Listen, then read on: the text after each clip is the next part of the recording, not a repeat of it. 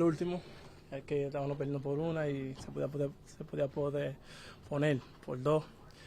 Y eso fue lo que salvó el juego para que ganemos algo así.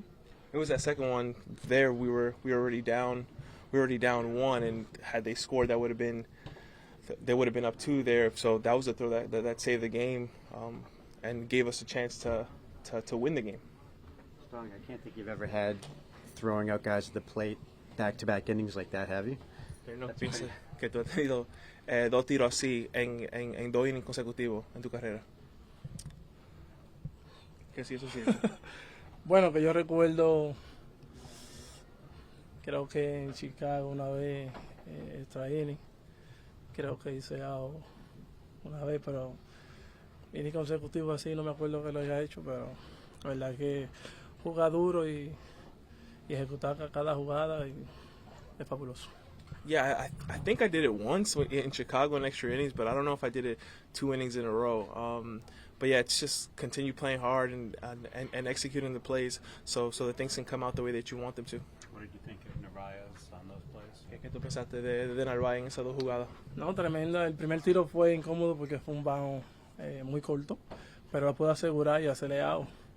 El segundo fue más fácil porque la pude poner ahí detrás, pero el primero fue el que fue un poco más difícil. No, it was a great job by him. That first throw was what was a little bit difficult, and kind of it put him in an uncomfortable situation just because of how it bounced. But the second one it got to him pretty easy. I think the first one was more impressive by him. What did you think of Lindor coming up with the hits he did today? Not feeling so great. ¿Qué tú pensaste de Lindor con los hits que dio hoy? Tremendo, ya que un jugador con una molestia es incómodo de jugar, pero pudo sacar fuerza, poner el equipo en alto. Los dos turnos que cogió fue en situaciones que en verdad que hay que quitarse el sombrero con él, porque pudo hacer el ajuste y traerla a la carrera. Y en ese último inning fue tremendo, ya que se le vio sumamente paciente y sumamente con confianza de poder traer esas dos carreras. No, it's tremendous when you have a player like that who's dealing with an illness. It's just super uncomfortable, and for him to be able to come through and have 2 big hits in that game in the moments where we needed it, it was really special. And if you look at that last at bat that he had, you saw how confident he was. You saw how patient he was, and that's a hard thing to do. And he was able to come up big for us. What kind of reaction did you get in the dugout from your teammates after each of the throws of the second one? And how much of a boost does that give as you're turning to offense to make a big defensive play like that when your team absolutely needs it? ¿Qué tipo de reacción el equipo te dio cuando tú entraste para el dugout después de los dos tiros, y después cómo eso motiva a los jugadores para poder jugar, para poder batear y para poder tener éxito ahí? No, súper alegre todo, dándome la mano, con buena intención, buen carisma. Esa es la energía que necesitamos, ¿me entiendes? Cada jugada que un jugador hace, así que lo esperamos en el dugout y lo celebramos.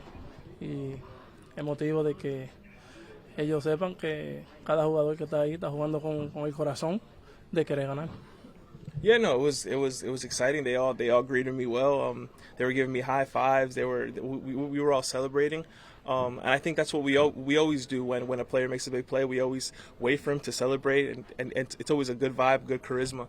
And yeah, whenever we make plays like that, it always gives us a boost offensively, because we want to do a good job, and that kind of just pushes us to continue trying to have success. I think just right on point. Yeah. I mean, they couldn't hit it to the best guy, best arm in the outfield, so we're pretty confident that he can make the play, and we did it.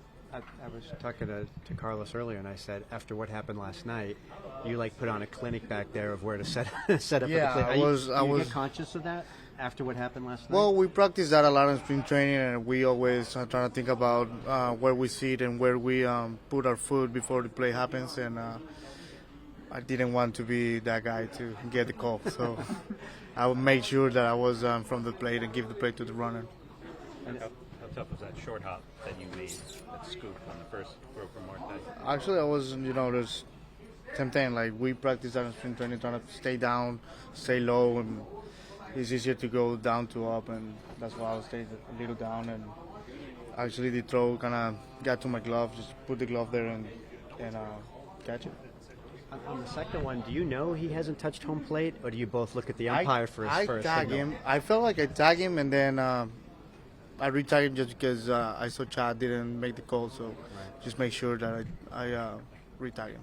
It seems like the rule might have changed since last year about whether you're allowed to put your foot on the plate. Have you, since we talked to you last night, have you looked into that or found anything No, out? I'm just taking what from what we practice in spring training, and we talked about it, but still we have to do our job, and realizing that where we are in plate, and just doing what we did in spring training.